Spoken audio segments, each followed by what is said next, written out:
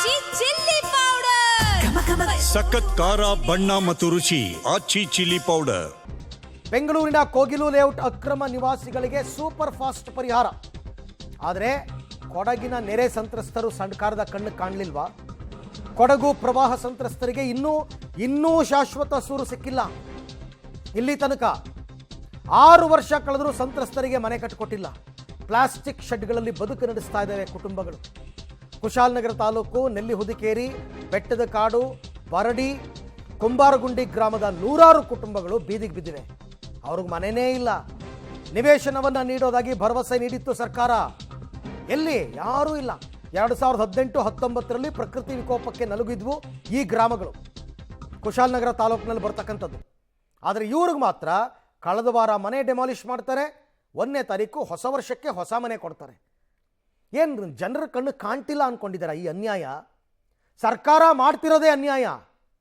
ರಾಜ್ಯದ ಜನರಿಗೆ ಅನ್ಯಾಯ ಎಸಗ್ತಾ ಇದೆ ಸರ್ಕಾರ. ಕನ್ನಡಿಗರಿಗೆ ಅನ್ಯಾಯ ಎಸಗ್ತಾ ಇದೆ ಸರ್ಕಾರ. ಅದನ್ನು ಅರ್ಥ ಮಾಡ್ಕೋತಾ ಇಲ್ಲ ಜನ. ಅದು 2018-19 ಕೊಡಗಿನ ಪಾಲಿಗೆ ಕರಾಳವಾದ ದಿನಗಳು.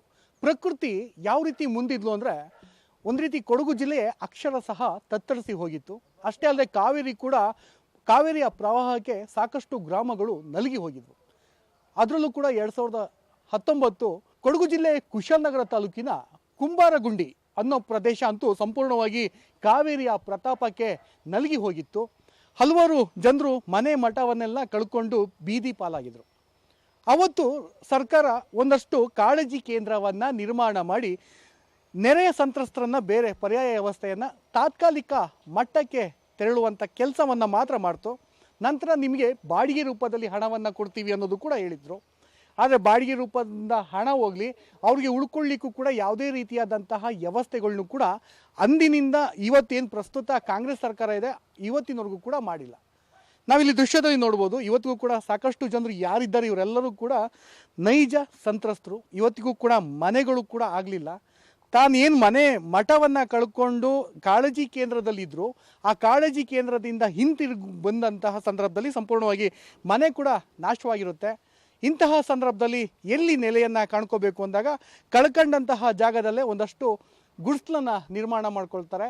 ಟಾರ್ಪಲ್ ಹೊದಿಕೆಯನ್ನೇ ಹಾಕ್ಕೊಂಡು ಒಂದಷ್ಟು ಶೀಟನ್ನು ಹಾಕ್ಕೊಂಡು ಇಲ್ಲಿ ಕಳೆದ 6 ವರ್ಷದಿಂದ ಜೀವನವನ್ನು ಸಾಗಿಸ್ತಾ ಇದ್ದಾರೆ. ಪ್ರತಿ ವರ್ಷವೂ ಕೂಡ ಮಳೆಗಾಲ ಬರುತ್ತೆ, ಒಂದಷ್ಟು ನೀರು ಕೂಡ ಬರುತ್ತೆ. ಎಲ್ಲ ಬಂದಾಗ ಇವರು ಕಾಳಜಿ ಕೇಂದ್ರಕ್ಕೆ ಪ್ರತಿ ವರ್ಷವೂ ಹೋಗ್ತಾರೆ. ಅಲ್ಲಿ ಒಂದು ತಿಂಗಳು 2 ತಿಂಗಳು ಇರ್ತಾರೆ, ಬರ್ತಾರೆ. ಆದರೆ ಪ್ರಸ್ತುತ ಸನ್ನಿವೇಶ ಯಾವ ರೀತಿ ಇದೆ ಅಂದರೆ, ನೀವಿಲ್ಲಿ ನೋಡ್ಬೋದು ಮನೆಯ ಪರಿಸ್ಥಿತಿ ಏನು. ಟಾರ್ಪಲ್ನ ಹೊದಿಕೆಯಲ್ಲಿ ಬದುಕುವಂತಹ ಶೋಚನೀಯ ಪರಿಸ್ಥಿತಿಗೆ ತಲುಪಿರ್ತಕ್ಕಂಥದ್ದು. ಸರಿಯಾದಂತಹ ವಿದ್ಯುತ್ ಇರ್ಬೋದು, ನೀರಿನಿರ್ಬೋದು, ಇವೆಲ್ಲವೂ ಕೂಡ ಯಾವುದೇ ರೀತಿಯಾದಂತಹ ವ್ಯವಸ್ಥೆಗಳು ಕೂಡ ಇಲ್ಲಿಲ್ಲ. ಇವತ್ತಿಗೂ ಕೂಡ ಟೆಂಟ್ನಲ್ಲಿ ಈ ಜನಗಳು ವಾಸ ಮಾಡುವಂಥ ಪರಿಸ್ಥಿತಿ ನಿರ್ಮಾಣವಾಗಿರ್ತಕ್ಕಂಥದ್ದು. ಬರೀ ಇಷ್ಟೇ ಅಲ್ಲ, ಈ ಒಂದು ಕುಂಬಾರಗುಂಡಿ ಇರ್ತಕ್ಕಂಥ ಸಂಪೂರ್ಣವಾಗಿ ಯಾವುದೇ ಮನೆಗಳಿಗೆ ಹೋದರೂ ಸಹ ಇದೇ ಪರಿಸ್ಥಿತಿ, ಇದೇ ರೀತಿ ಜೀವನವನ್ನು ಸಾಗಿಸ್ತಿರ್ತಕ್ಕಂಥದ್ದು. ರಾಜ್ಯ ಸರ್ಕಾರಕ್ಕೆ ಮತ್ತು ಇಲ್ಲಿರ್ತಕ್ಕಂಥ ಜಿಲ್ಲಾಡಳಿತಕ್ಕಿರ್ಬೋದು, ಎಲ್ಲರಿಗೂ ಕೂಡ ಮನವಿಯನ್ನು ಪ್ರತಿ ವರ್ಷವೂ ಕೂಡ ಮಾಡ್ತಾನೇ ಇದ್ದಾರೆ. ಒಂದಷ್ಟು ಮನೆಗಳನ್ನು ನಮಗೆ ನೀಡಿ, ನೀವು ಭರವಸೆಯನ್ನು ಏನು ಕೊಟ್ಟಿದ್ರೆ ಆ ಭರವಸೆ ಇವತ್ತಿಗೂ ಕೂಡ ನಮಗೆ ಈಡೇರಲಿಲ್ಲ. ಬೇಸಿಗೆಗಾಲದಲ್ಲಿ ಹೇಗಾದರೂ ಜೀವನವನ್ನು ಮಾಡ್ಬೋದು, ಆದರೆ ಮಳೆಗಾಲದಲ್ಲಿ ನಮ್ಮ ಪರಿಸ್ಥಿತಿ ಅತಂತ್ರ ಪರಿಸ್ಥಿತಿ ಇದೆ ಅಂತ ಹೇಳ್ತಾರೆ. ಆದರೆ ಕೆಲ ವರ್ಷಗಳ ಹಿಂದೆ ಒಂದಷ್ಟು ಇಲ್ಲಿರ್ತಕ್ಕಂಥ ಸಂತ್ರಸ್ತರು ಯಾರಿದ್ದಾರೆ ಅವರಿಗೆ ಇಲ್ಲೇ ಅಭ್ಯರ್ಥಮಂಗಲದ ಇರ್ತಕ್ಕಂಥ ಇಂಜಿಲಗೆರೆ ಏನಿದೆ ಅಲ್ಲಿ ಒಂದಷ್ಟು 5 ಎಕರೆಷ್ಟು ಜಾಗವನ್ನು ಜಿಲ್ಲಾಡಳಿತ ಗುರುತು ಕೂಡ ಮಾಡಿರುತ್ತೆ. ಆ ಕೆಲಸವನ್ನು ಕಾಮಗಾರಿ ಇಷ್ಟೊತ್ತಿಗಾಗಲೇ ಮಾಡಿ ಪೂರ್ಣಗೊಳಿಸಬೇಕಿತ್ತು, ಆದರೂ ಕೂಡ ವಿಳಂಬ ಧೋರಣೆಯನ್ನು ಮಾಡ್ತಾಯಿದೆ. ಹೀಗಾಗಿ 100ಕ್ಕೂ ಅಧಿಕ ಕುಟುಂಬಸ್ಥರು ಯಾರಿದ್ದಾರೆ ನೈಜ ಸಂತ್ರಸ್ತರು ಇವತ್ತಿಗೂ ಕೂಡ ಮನೆ ಕೂಡ ಇರಲಿಲ್ಲ. ಹೀಗಾಗಿ ಇವರ ಬದುಕು ಇವತ್ತಿನವರೆಗೂ ಸಹ ಅತಂತ್ರ ಪರಿಸ್ಥಿತಿಲಿದೆ. ಯಾವ ರೀತಿ ಅತಂತ್ರ ಅಂದರೆ, ಬೇಸಿಗೆಯಲ್ಲಿ ಹೆಂಗೋ ಜೀವನವನ್ನು ಮಾಡ್ಬೋದು, ಮಳೆಗಾಲದಲ್ಲಿ ಮಾತ್ರ ಇದೇ ಪರಿಸ್ಥಿತಿ. ಅದರಲ್ಲೂ ಕೂಡ ಕಾವೇರಿ ಉಕ್ಕಿ ಹರಿದ್ರೆ ಇಲ್ಲಿಂದನೂ ಗಂಟು ಮೂಟೆ ಕಟ್ಕೊಂಡು ಬೇರೆ ಕಡೆ ಹೋಗುವಂಥ ಪರಿಸ್ಥಿತಿ ನಿರ್ಮಾಣ ಆಗುತ್ತೆ. ಹೀಗಾಗಿ ಇಲ್ಲಿಯ ಜನರು ಆದಷ್ಟು ಬೇಗ ಏನು ನಮಗೆ ಗುರುತುವನ್ನು ಮಾಡಿದ್ದಾರೆ, ಗುರುತು ಮಾಡಿರ್ತಕ್ಕಂಥ ಸ್ಥಳ, ಆ ಸ್ಥಳಕ್ಕೆ ನಮಗೆ ಮನೆಯನ್ನು ನೀಡಿ. ಹೌದು, ನಾವು ಎಂಥ ಪಾಪ ಮಾಡಿದ್ದೀವಿ ಅಂತ ನಮಗೆ ಗೊತ್ತಿಲ್ಲ. 6 ವರ್ಷ ಆಯಿತು 19ರಲ್ಲಿ ನೆರೆ ಬಂದು ಆಗ ಹೋಗಿದ್ದು ಮನೆ. ಇಷ್ಟು ವರ್ಷ ಆದರೂ 6 ವರ್ಷ ಆದರೂ ನಮಗೆ ಇನ್ನೂ ಅದರದ್ದು ಯಾವ ಅನುಕೂಲತೆ ನಮಗೆ ಸಿಗಲಿಲ್ಲ. 5 ತಿಂಗಳು ಏನೋ ನಮಗೆ ಬಾಡಿಗೆ ಕೊಟ್ಟರು. ಅದಾದಮೇಲೆ ನಮ್ಮನ್ನ ಯಾರೂ ತಿರುಗಿ ನೋಡೋರಿಲ್ಲ. ಇದು 4-5 ತಿಂಗಳು ನಾವು ಗಂಜಿ ಕೇಂದ್ರದಲ್ಲಿ ಇದ್ವಿ. ಓಕೆ, ಅದಾದಮೇಲೆ ಪುನಃ ನಾವು ನಮ್ಮ ಸ್ಥಿತಿ ಇದೇ ನರಕನೇ. ಇಷ್ಟು ವರ್ಷ ಆದರೂ ನಮಗೆ ಯಾರೂ ಇಲ್ಲ, ಸರ್ಕಾರನೂ ಇಲ್ಲ, ನಮಗೆ ಯಾರೂ ಆಸರೆನೂ ಇಲ್ಲ.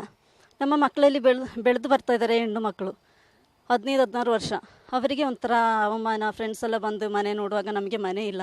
ನಾವು ಈ ಥರ ಇದು ಪ್ಲಾಸ್ಟಿಕ್ ಕಟ್ಕೊಂಡು ಗುಡಿಸಲಲ್ಲಿದ್ದೀವಿ. ಹೌದು. ಇಲ್ಲಿ ಕುಂಬಾರಗುಂಡಿಯಲ್ಲಿ 60ಕ್ಕಿಂತ ಹೆಚ್ಚು ಮನೆ ನೆಲಸಮಾನವಾಯಿತು. ಆದರೆ ಇದುವರೆಗೂ 2019ರಿಂದ ಇದುವರೆಗೂ 6 ವರ್ಷಗಳಾಯಿತು. ಯಾವುದೇ ಪರಿಹಾರವನ್ನು, ಯಾವುದೇ 2-3 ಸರ್ಕಾರ ಬಂದೋಯಿತು, ಯಾವುದೇ ಪರಿಹಾರವನ್ನು ಸಿಗಲಿಲ್ಲ. ಇಲ್ಲಿ ಇದು ಜನದ ಪರಿಸ್ಥಿತಿ ನೋಡುವಾಗ ನಮಗೆ ಕಣ್ಣಲ್ಲಿ ನೀರು ಬರುತ್ತೆ.